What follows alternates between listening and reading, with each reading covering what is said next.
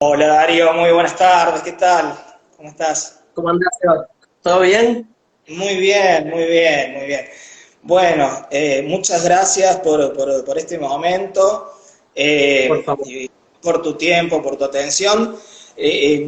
Para la gente que está siguiendo esta transmisión, le contamos que si bien técnicamente Darío está como el anfitrión de este encuentro, somos nosotros, Instituto Teológico de Córdoba, ITEC, los que le hemos pedido a él esta entrevista y que muy amablemente nos ha concedido.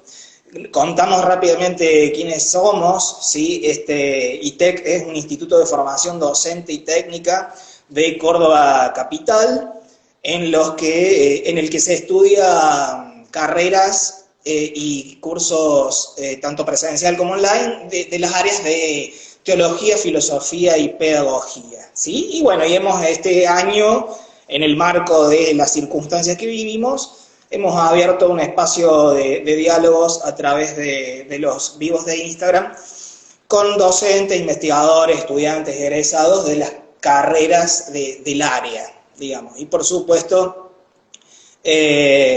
tenemos el gusto hoy de charlar con Darío. Bueno, una de las propuestas para el diálogo era la fe en la era del conocimiento, ¿sí? La fe en la era del conocimiento. Hemos escuchado en una de tus presentaciones en Facultad Libre que el avance de la ciencia y la tecnología, eh, bueno, a pesar de ese desarrollo de la ciencia, la tecnología,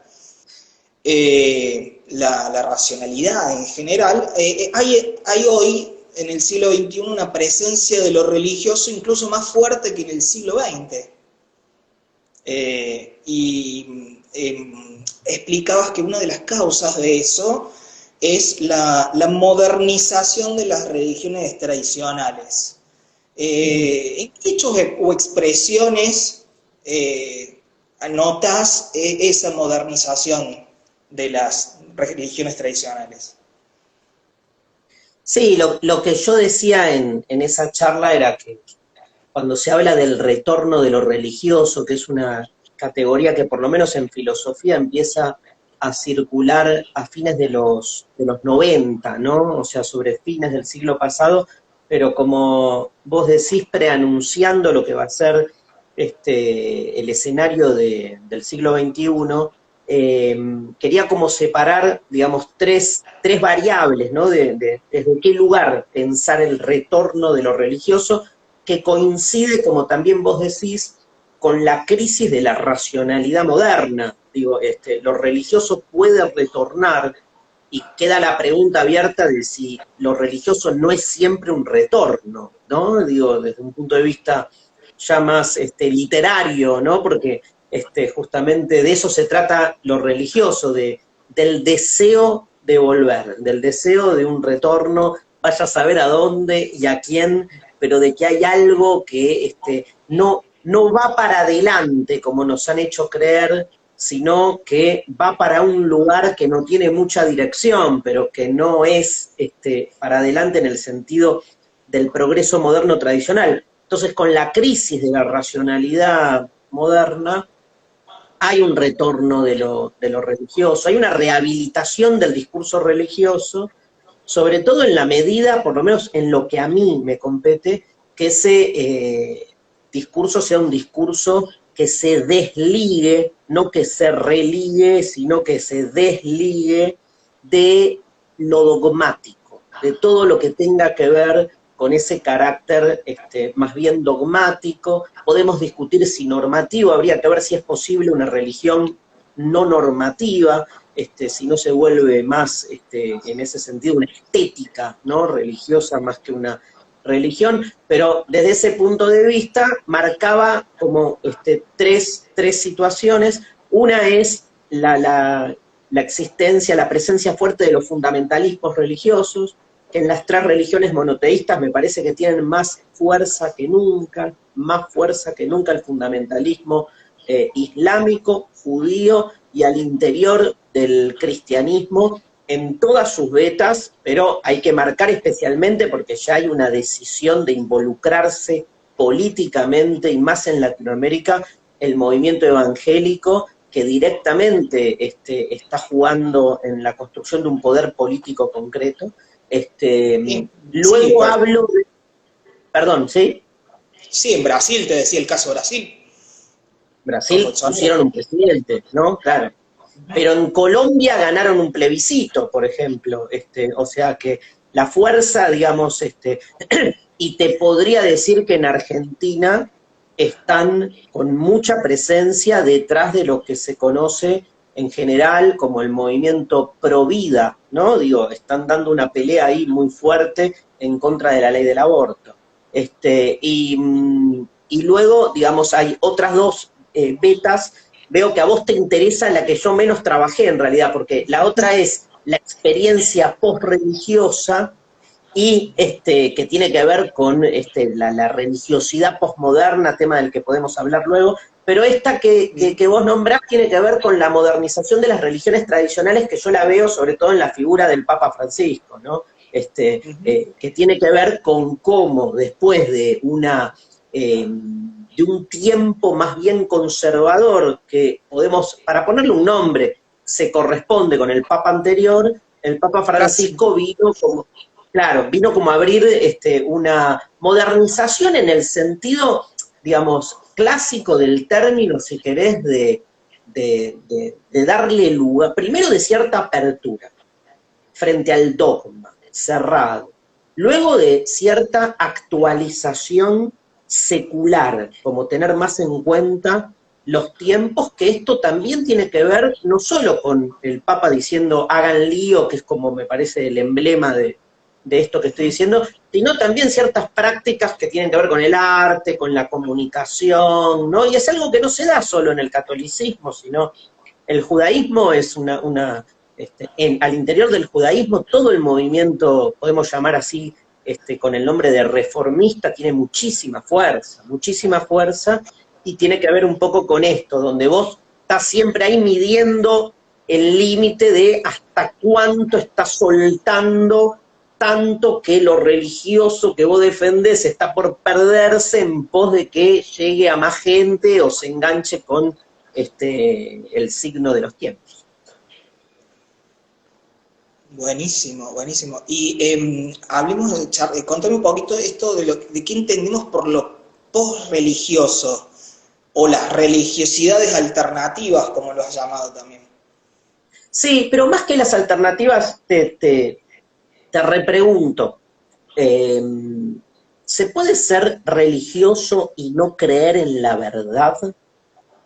Esa es la pregunta que yo me hago desde la filosofía, porque parecería que para ser religioso tenés que por lo menos partir de una premisa que es la existencia incuestionable de un Dios, ¿no? Entonces, ¿se puede dudar o tener una postura más bien agnóstica con respecto a esa metafísica?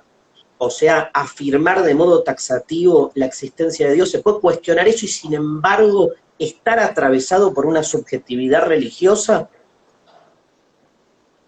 Bueno, yo te he escuchado decir también que el creyente no es creyente, porque en realidad no cree, sino que sabe, si tiene la certeza plena, no cree en Dios, sino que sabe de Dios. Entonces, yo creo, bueno, yo te escucho habitualmente y sé que tus cuestionamientos van más que a los dioses o a las... van a las certezas. Claro. Uno comprende por ahí también, a lo lejos, por qué aquel ciclo de encuentros se llamaba Mentira la Verdad. Quizás, porque lo que vos cuestionás siempre es la certeza, la verdad, incluso la certeza del ateo también, que es tan radical como la certeza del dogmático religioso. Te redoblo la pregunta. Yo la contesto igual, yo la contesto. Mi respuesta es sí. Mi respuesta es sí, se puede. Se puede y yo me siento ahí, ¿eh? Yo, desde esa óptica, yo creo que la filosofía no puede sino ser una contemplación religiosa en algún punto. O sea, la pregunta que motiva la filosofía es siempre la pregunta por si hay algo más. O sea que digamos, el contenido, la materialidad de la pregunta tiene que ver con un contenido religioso. Pero mi pregunta no es para que me la contestes, es para que dialoguemos, ¿no? Sí, por supuesto. Se, ¿Se puede todo esto al interior de una institución religiosa como el catolicismo, que está basado en la existencia de cierta institucionalidad normativa que de algún modo, digo, es demasiado, fija demasiado los marcos como para que uno pueda decir, soy católico, pero, digamos, me puedo dar el permiso de cuestionar la existencia de Dios y eso no compete o no me problematiza mi autopercepción como católico, más allá de que te peguen una patada, ¿no? Porque no, no creo que Bueno, sea algo... a ver, ese es un punto interesante. Es decir, si vos sos perteneciente a una iglesia o a un credo, no podés tener ninguna disidencia con sus principios, valores y normativas, porque si tenés alguna disidencia, entonces ya no perteneces, o podés pertenecer con reparos. ¿Y qué dicen ustedes? Te pregunto a vos. Bueno, no sé, yo entiendo que, bueno, es una pregunta difícil. ¿Aceptás el paquete completo de los principios, valores y normativas que trae? Claro. ¿O te permitís pertenecer y decir, che, esto quizás no estaba tan bueno, lo podríamos revisar, lo podríamos pensar, lo podríamos reflexionar? Y en alguna medida, en filosofía es más fácil, porque en filosofía no hay, digamos, salvo en la academia, no hay no hay una institución, digamos, que resguarde el canon, ¿no? Pero te quiero decir con esto, o sea, por ejemplo, yo no tengo por qué leer a Marx y adherir a muchas de las ideas de Marx en su totalidad. O sea, yo puedo, me pasa con Nietzsche, por ejemplo. Hay algunos textos de Nietzsche que directamente rehuyo y escapo porque, digamos, no puedo creer las barbaridades que estoy leyendo ahí. Por ejemplo, el Nietzsche que habla de las mujeres es un Nietzsche insostenible. Ahora, cuando yo digo, a mí me gusta Nietzsche, te suelen correr de este modo, el mismo modo que yo recién enuncié, ¿no? Ah, bueno, entonces si vos sos nietzscheano, tenés que aceptar a Nietzsche en su totalidad. Bueno, no. Ahora, claramente no hay una institución Nietzsche, ¿viste? No hay un papa Nietzsche. El papa de Nietzsche está jubilado. No, el papa de Nietzsche está jubilado. O sea, es que en Así habló Zaratustra hay un personaje que es el papa jubilado que se entera que Dios murió y anda triste y melancólico, mirando para abajo porque está buscando un centro, porque no puede vivir así. Y entonces se lo encuentra en Zaratustra y le dice, pero ¿cómo no estás alegre? Estás liberado de un yugo, ¿viste? Y el otro no puede, sigue buscando, que es una gran figura, ¿no? En la Gaia Ciencia, cuando el personaje del loco que anuncia la muerte de Dios llega al mercado al grito Dios ha muerto, lo hace con una lámpara, porque él sigue buscando la verdad, la luz, el centro. Es muy interesante hasta qué punto las religiones institucionales, creyendo haber encontrado el absoluto, nos privan de seguir creyendo, en el sentido más débil del término, que es seguir preguntándonos por lo más allá del límite, ¿no? Yo realmente no creo, o sea, a mí me cuesta... ¿Qué? ¿Qué? Lo que vos llamás el Dios que abre. Si el mundo es cerrado, hay un Dios que abre, y si el mundo es abierto, Dios cierra. Lo que pasa es que, o sea, a mí me cuesta muchísimo posta, aceptar el dogma en cualquier sentido del dogma religioso. Yo vengo del judaísmo, vos sabés, y mi pelea al interior del mundo judío con el dogmatismo es tremenda, tremenda. Lo que pasa es que en el judaísmo vos tenés una posibilidad que es de construir un tipo de identidad con cero contenido religioso, porque ahí hay una cultura de algún modo que trasciende lo específico, claro. El cristianismo es más una religión, el judaísmo no, digo, es más, es una cultura, tiene una religión, pero que podés pertenecer o querer pertenecer sin tener que ver con lo religioso. Pero lo que te quería decir es esto, me cuesta mucho el dogma religioso, ahora me cuesta mucho más, no te quepa duda, el dogma ateo, porque de última, si sos ateo, o sea, no podés ser dogmático. Si sos religioso, si sos dogmático, vamos a tratar de deconstruirnos. Pero si sos ateo, es como, no puedo creer. O sea, porque para mí, no porque tenés la certeza de que no existe. Pero no podés tener esa certeza y adorarla idolátricamente como si fuera la misma matriz. Porque el problema es la matriz. Llámala como quieras, el problema es la matriz, es creer que hay un absoluto. ¿Sabés que la palabra absoluto significa, etimológicamente, absoluto significa que no tiene nada suelto, que no deja nada suelto? Que es la idea de Dios, que todo lo contiene, tal cual. Entonces, el problema es el absoluto. Después, la idea de Dios es la que mejor, si querés, históricamente ha traducido eso, pero yo me escapo de todos los absolutos porque no es que no creo en los absolutos, le veo la beta política, o sea, veo que detrás de un absoluto en realidad hay uno de los tantos modos de interpretar la realidad que termina imponiéndose y vendiéndose a sí mismo como absoluto. Eso es lo que más ruido me hace. Nos había quedado por ahí el tema de las religiosidades alternativas, que probablemente surgieron más en la segunda mitad del siglo XX, con mucha fuerza, New Age, filosofías orientales. ¿Por qué se debilitaron? Si es que se debilitaron, no sé. No, yo creo, primero, digamos, creo que, por ejemplo, en las religiones orientales, llamarlas alternativas es fuerte, porque te diría que son previas al cristianismo, ¿no? Sí, alternativas para un occidental, digamos, tal vez, qué sé yo.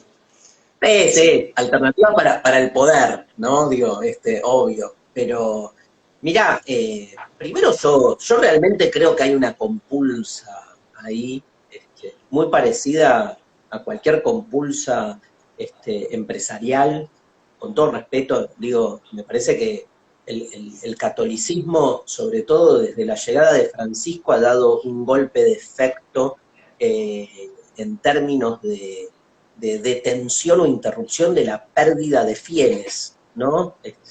Ha logrado, perdón de nuevo el lenguaje empresarial, pero ha logrado fidelizar gente que se le estaba yendo, porque me parece que el discurso un poco más ayornado, de alguna manera salió a competir a izquierda y a derecha, por llamarlo así. Salió a competir contra los nuevos evangelismos, por un lado, y por otro lado, contra las religiosidades no tradicionales. Digo, me parece que cuanto más el catolicismo baje la restricción dogmática, digamos, tiene todo para, digamos, porque es fascinante, digo, a mí no hay, digamos, si yo tengo que elegir 10 libros para llevarme a la eternidad, o sea, no es que me llevo la Biblia, me llevo las cartas paulinas en específico, o sea, es son libros que yo sigo leyendo pero me generan una emoción, un temor y temblor infinitos por todos lados.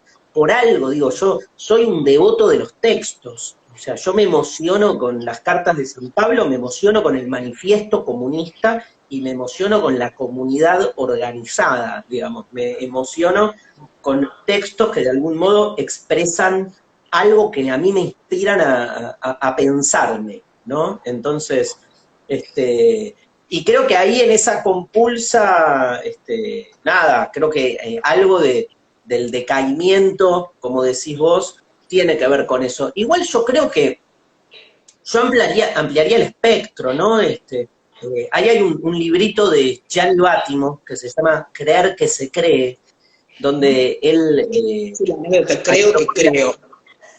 Creo que creo, me encanta.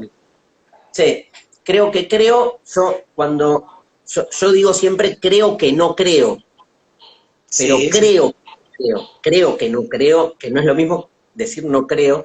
Ahí él propone la figura del medio creyente, que es como también una provocación, pero trata como de salirse del binario, ¿viste?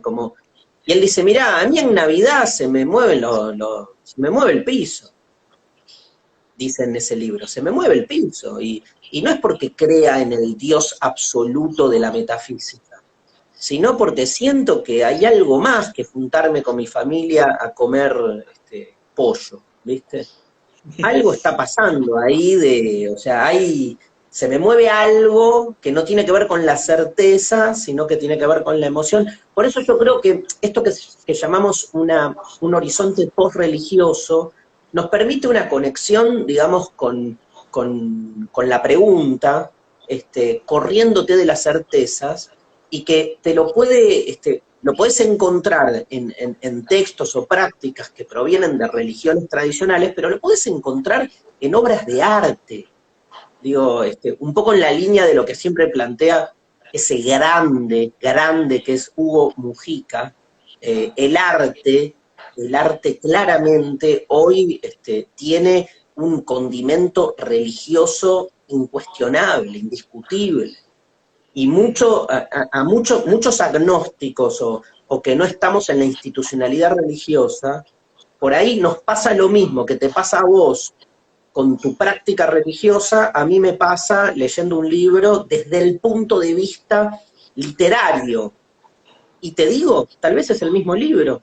Tal vez vos estás leyendo, viste, una parte de la carta a los romanos desde un lugar más creyente, yo lo estoy leyendo desde un lugar más secular, y a los dos se nos mueve el piso.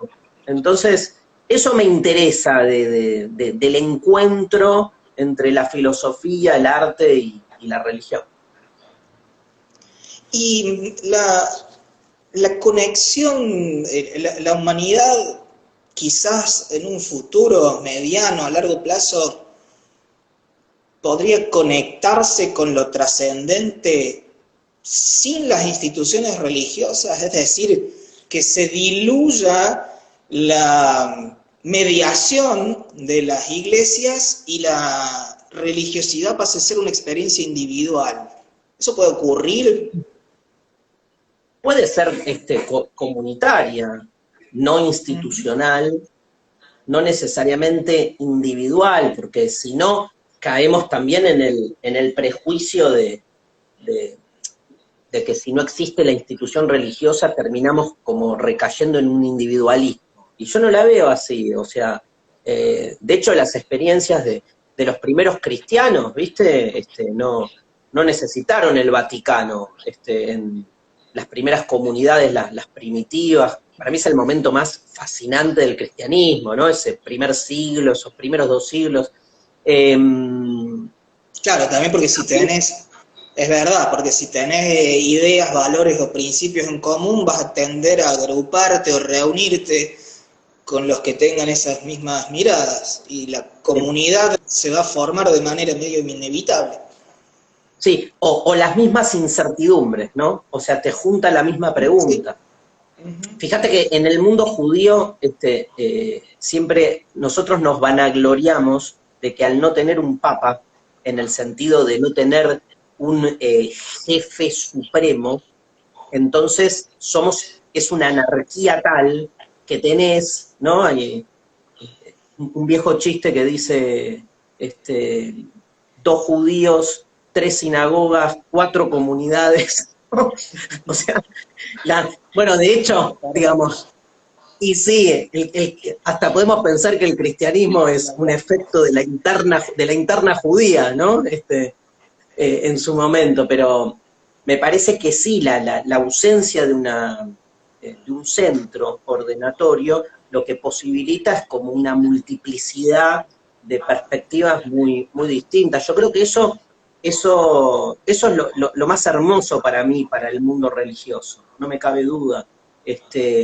Yo no sé si es posible sin instituciones, que esto de algún modo, de hecho, uno hasta podría leer que la Iglesia no hace otra cosa, ¿no? En una lectura un poco como medio subversiva, pero pensar también que no es sino la Iglesia la que está en algún punto reteniendo o deteniendo la llegada del fin de los tiempos, porque en definitiva, si uno piensa la teología de la parucía, bueno, está tardando el Cristo en volver. Había prometido que venía, pero pronto. Entonces, a la hora de buscar... el Mesías y cuándo venís, claro. ¿Conocés ese texto talmúdico que dice que el Mesías llega un día a Jerusalén y entonces... Y le pregunto, claro, ¿vos sos el Mesías? ¿Cuándo vas a volver? ¿Cuándo vas a venir? ¿Cuándo vas a venir?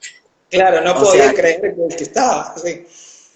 No, peor, o sea, no necesitaba Que no no esté. sea, que no esté, porque se basa en eso. El tema es quién retiene, ¿no? Y yo creo que ahí, obviamente, o sea, sabemos que cualquier postura mesiánica en serio no necesita la institución. O sea, lo primero que se cae en los tiempos mesiánicos es la institución, porque la institución, la ley carece de sentido cuando, digamos, ya en el fin de los tiempos todo funcione, como decía Marx sobre el retorno al paraíso, vivamos satisfaciendo nuestras necesidades y realizando nuestras capacidades, que es la mejor descripción del Edén que yo leí en la crítica al programa de Gotha de Marx, ¿no? Yo creo esto, mira, yo creo que hay que diferenciar lo religioso de la religión, del mismo modo que diferenciamos el amor del matrimonio. Para mí es como del mismo tenor, o sea, la institución religiosa es a nuestra pregunta existencial lo que el matrimonio es al amor. Si uno cree que el matrimonio representa, refleja, interpreta, traduce el amor, bárbaro. Ahora, si uno piensa que cuando entras en la institución matrimonial empezás un proceso de degradación del amor, bueno, es la otra perspectiva. Acá es lo mismo. O las instituciones religiosas son las que mejor han logrado sistematizar y darnos la opción para vivir nuestras preguntas religiosas del mejor modo, o lo que están haciendo es traicionarla y vaciarla, ¿no? Y quitarle su erotismo, ¿no? Su impronta, su tensión. Parece que un poco, y eso ya depende de cada uno, yo soy muy respetuoso, hay gente que se siente muy contenida. Claro, la búsqueda como horizonte de sentido, ¿no? Porque si no, todo cierra. Sabemos que te gusta el fútbol también, a nosotros también, y la política, por supuesto, y hemos escuchado tus reflexiones y análisis sobre la religiosidad y los puntos de encuentro que tiene con la política y el fútbol. ¿Sí? ¿Qué nos podés decir de eso? Con el fútbol, por ejemplo, ¿no? Que vos rezabas en la cancha ahí para que no le empaten el pincho, por ejemplo. Primero necesito saber si en el Instituto de Teología son de Belgrano, de Talleres o de Instituto, o de Racing de Córdoba. No, hay en Córdoba está largamente comprobado científicamente la prevalencia de talleres, pero de una manera poco dogmática casi. A mí Incuestionable. me han dicho que Dios juega con Belgrano, sobre todo para la teología de la liberación, que Belgrano es un club más de izquierda y Talleres más de derecha, ¿es cierto eso? Belgrano es más popular, Belgrano es pueblo y, y Talleres, Belgrano es pueblo, es barrio, tiene esa mística y Talleres es como más heterogéneo y más amplio y más masivo, por decirlo de alguna forma. Ok. Tremenda Sí. diferencia eso, entre Belgrano como lo popular y Talleres como lo masivo. Bien, Sí, sí. mira, no, yo siempre cuento de cómo en el momento en que estoy viendo un partido de fútbol, digamos, y me tengo que arrodillar para rezar para que la pelota no entre, porque suele pasar que Estudiantes es de los equipos que mete un gol y se cuelga del travesaño a jugar el resto del partido así, y siempre nos embocan en el último minuto. Eso es científico. La mayor cantidad de goles que nos hacen, justamente a los que nos colgamos del travesaño, es del minuto 40 al 45 del segundo tiempo. Y entonces, muchas veces me he arrodillado y he rezado para que Dios me escuchara. Por ejemplo, hay un partido fundamental que ganó la selección argentina gracias a mí y a mis rezos, que fue en el 2014 los penales con Holanda. Viste que aparte te Sí, sale el rezo y vos decís, fui yo, viste, decís, fui sí. yo. Sí, te he escuchado rescatar la oración como un Obvio. aspecto de la religiosidad, como un elemento de la religiosidad que incluso te escucho desde que recuperas para pelearte con la sociedad reproductivista. ¿Qué quiere decir eso? Ah, La no, ni oración. idea. ¿Qué es reproductivo? Ya sé, ya entendí. Esperá, se mezclaron dos cosas. Primero, con el Sí. fútbol, lo que digo ahí reivindico la figura del medio creyente. Yo en ese momento me arrodillo y rezo. Y si viene un religioso tradicional y me dice, pero si vos no crees, yo le digo, pero Claro. ahora creo. Y si me dice, y pero no vale, y yo le digo, ¿por qué no vale? Y porque tenés que creer todo el tiempo. Yo ahí le digo, ¿y quién dijo que hay que creer todo el tiempo? ¿En qué texto bíblico dice que la continuidad permanente, pletórica de la creencia es la que valida mi escucha por parte de la divinidad? O sea, es más, yo en ese momento probablemente tenga mucho más fe que todos ustedes, porque en ese momento pongo mi corazón, mi cuerpo al servicio de que la pelota entre o no entre. Entonces, pero está bueno pensar así, ¿no? Digo, también como desde un lugar más irónico, más gracioso, pero realmente en ese momento, si yo me veo a mí mismo, posta te digo, estoy totalmente convencido, estoy repasando las cagadas que me mandé la semana pasada, porque obviamente Dios opera por justicia divina y la pelota entra o no entra para castigarte o premiarte, porque es la primera representación de Dios que tengo desde los 4 años, ¿viste?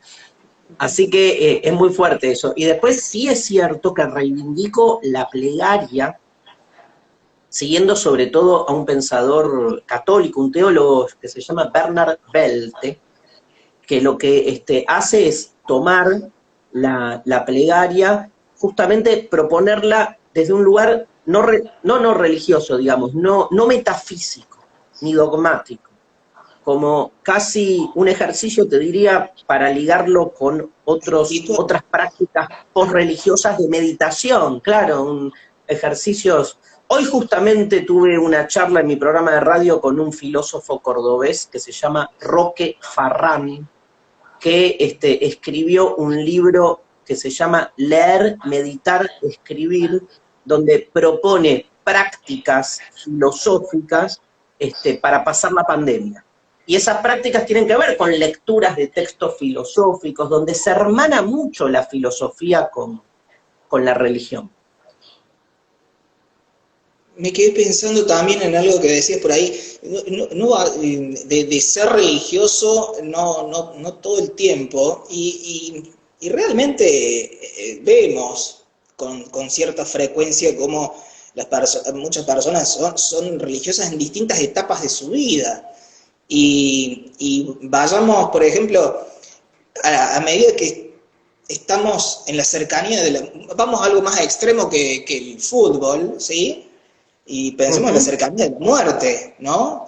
Como quizás mucha gente en la ancianidad, cuando ve que la muerte es algo más cercano, el joven no piensa en la muerte habitualmente, ¿no? Pero es como que la persona mayor, no sé si hace la apuesta de Pascal, ¿no? O sea, de decir, bueno, che, esto se está acabando, ¿y qué pasa si era cierto? Y bueno, conviene creer. Entonces ahí quizás haya un acercamiento mayor a la religión, ¿no? En determinado momento no en determinados momentos del día, sino que en determinados momentos de la vida. Sí. Primero decirte que ahí habilité los comentarios, que los había sacado porque estaban un poco, alentaban el funcionamiento, y bueno, hay mucha gente hablando muy bien del ITEC, de su apertura y su diversidad, y bueno, eso. Y también le agradezco a toda la gente que comparta o no comparta mi postura con lo religioso. Realmente, que nada, eso, poder compartir esta charla y a partir de preguntarse esto, ¿no? No cerrarse a posturas dogmáticas, me parece que es lo más importante. Totalmente.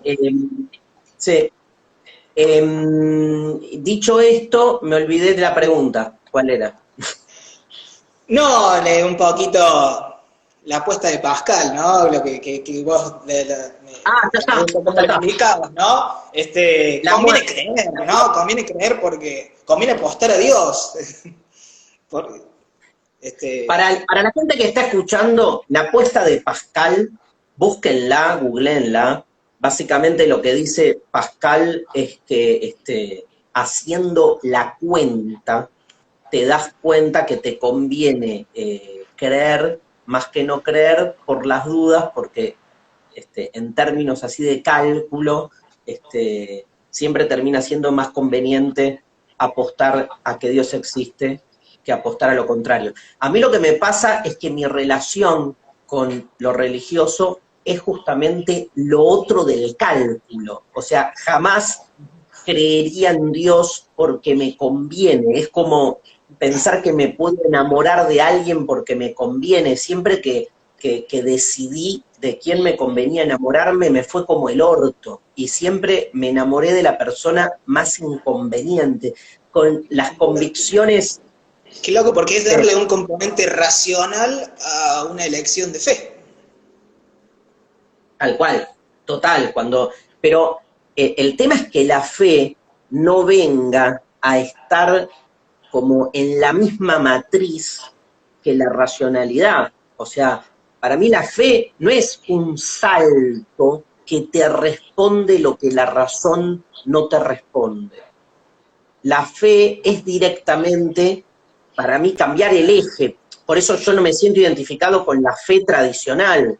O sea, no es tanto fe, es como poder cuestionar cualquier intento de creer que el ser humano puede alcanzar un conocimiento que trascienda nuestros límites, ¿no? Yo en eso soy más como, me cabe más la contingencia, la contradicción, la ambigüedad, comprender eso, y los textos religiosos me resultan plenamente inspiradores, o sea, pero muy inspiradores. O sea, a mí la conversación de Moisés con Dios en el monte Sinaí, Dios como la zarza ardiente, en una especie de, digamos, parecía como una especie de negociación, ¿viste? Parecía negociación política. Vos tenés que ir y sacar a mi pueblo, y el otro le dice, ni en pedo, no, buscate a otro. No, hasta se hace el tartamudo en un momento, como para huirle, ¿viste? Y Dios Sí. que Está reflejado en la serie. y, y Dios que se esconde en la zarza ardiente, porque se esconde, da la cara, loco, o sea, no da la cara, se esconde, y además no solo no da la cara, sino que manda de las peores sentencias que hay en el Éxodo, que igual para mí tiene la metáfora más hermosa, una de las más hermosas de todo el Antiguo Testamento, del Pentateuco, que es cuando dice, el que ve a Dios de frente se muere, solo se pueden ver las espaldas de Dios. A mí, o sea, la idea de que Dios solo se nos presenta desde su espalda, digo, eso es el arte para mí, digo, eso es lo que me da, básicamente, placer. No me da verdad, me da placer. Para mí la verdad es una cuestión política, ¿viste? La verdad es más la utilización del conocimiento para la instalación de un proyecto de poder. Yo prefiero dudar en una vida precaria, en una vida frágil, finita. Entiendo la necesidad opiácea de aferrarse a algo. También entiendo y no la discuto en un punto, digo, no soy, viste, un antirreligioso, de hecho no estaríamos hablando y me convocaste, calculo por eso, todo lo contrario, digo, soy un antidogmático en todo caso, y el dogma puede provenir de la religión, pero se volvió una cosa ahora que excede lo religioso y hasta rescato justamente todas las experiencias religiosas no dogmáticas que me parecen fascinantes. Ese es el mundo en el que yo me siento cómodo. Claro, porque como decíamos recién, en el ateo también, en el ateísmo hay un dogmatismo de la certeza de la no existencia de Dios. Uh-huh. Tal cual. Vos te he escuchado decir que a pesar de que tibio o tibieza pareciera un concepto con una connotación negativa, pero ese es el lugar donde te sentís más, desde el cual te paras. Sí, depende para qué, igual, ¿no? Sí, para esto que estamos hablando en particular. Para eso que estamos hablando, en otros lugares no, digamos. Perfecto. Pero acá, sí, digo, me parece que la tibieza más porque cuando se plantea la estructura binaria, que es ateo creyente, yo ahí, digamos, prefiero claramente el ni ateo ni creyente, ¿viste? Ni ateo ni creyente. Incluso te diría, tengo ahí una claridad, o sea, yo me considero ateo frente a las religiones institucionales. Ahí sí no tengo ningún empacho en decir, no te creo, ¿viste? Ahí no soy tibio. Cuando me quieren decir Dios es como lo describe el Papa o como lo... No. Pero si te preguntáramos, ¿crees que hay algo más que lo terrenal? Vivo preguntándome eso, te diría. Jamás diría no, ni sí. Ahora, te puedo decir en determinados momentos, como me hiciste una pregunta que no terminé de contestar ahí, pero digamos, en la cercanía de la muerte me siento más religioso, ¿sí? Obvio.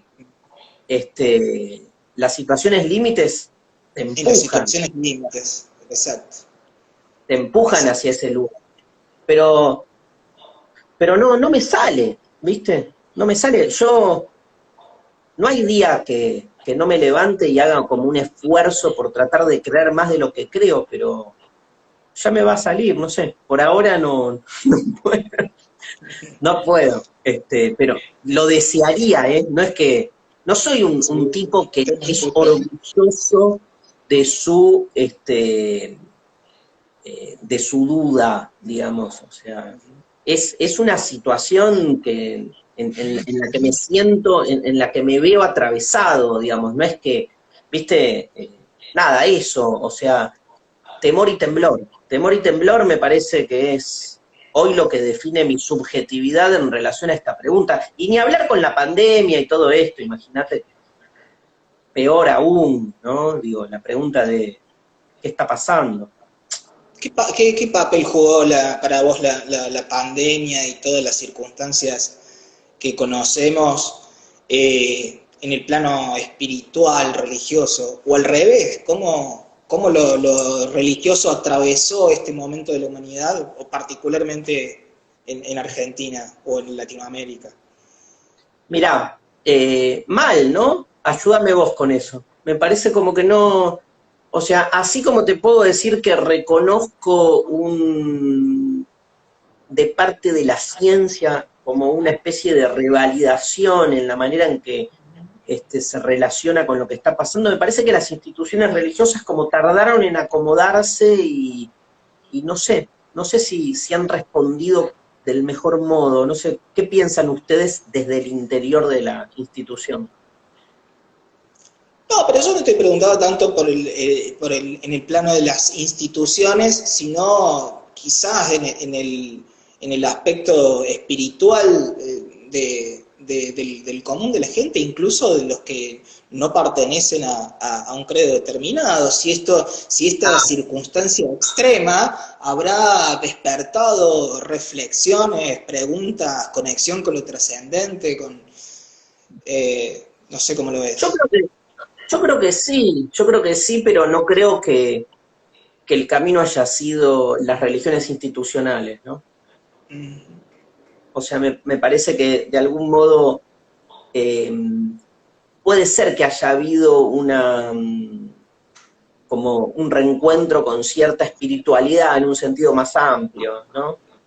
Yo lo llamo existencialismo, o sea, el límite ahí con lo filosófico es muy ambiguo, pero no sé no sé si hubo como un acercamiento a las instituciones, porque además las instituciones, claramente, en cuestiones materiales, como estuvieron cerradas, entonces costó, Sí, ¿no? sí, sí. Sí, el que Sí, no es que el que no estaba se acercó y el que estaba se fue. No, eso seguramente sí, pero no hay cambia. una, yo esperaba más de la iglesia, o sea, esperaba como, bueno, es una situación extraordinaria, no creo que Ujú. haya habido una reacción en el nivel de extraordinariedad del acontecimiento. Mm, Eso, pero como percepción desde afuera, lo digo con toda ujú. humildad. Clarísimo, clarísimo. Bueno, Darío, Bueno, ya llevamos un buen rato, te agradecemos enormemente este tiempo. favor, Te un placer. escuchamos te escuchamos los domingos, ¿sí? A la tarde, entonces vamos a seguirte, no sé si este domingo también También. haces un vivo, ¿sí? En la hora del corchazo, como vos le llamás, es el domingo a las 18. ¿Hay alguna relación de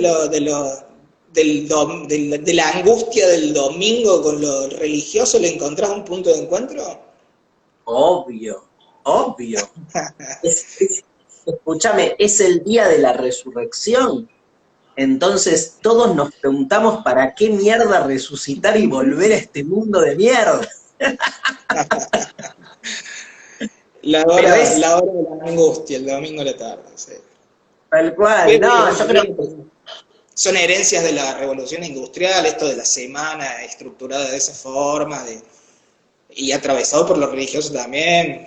Y bueno, tiene así nos ha algo, llegado. mira, tiene algo para mí sí de que el domingo vos religiosa y filosóficamente, digamos, generás un estado de introspección mayor porque al no trabajar la desenajenación o la interrupción de la alienación cotidiana te permite un contacto con algo más emocional y entonces te deprimís porque te das cuenta que estás, digamos, viviendo una vida enajenada durante la semana. Desde ese lugar me parece que se provoca algo de la angustia.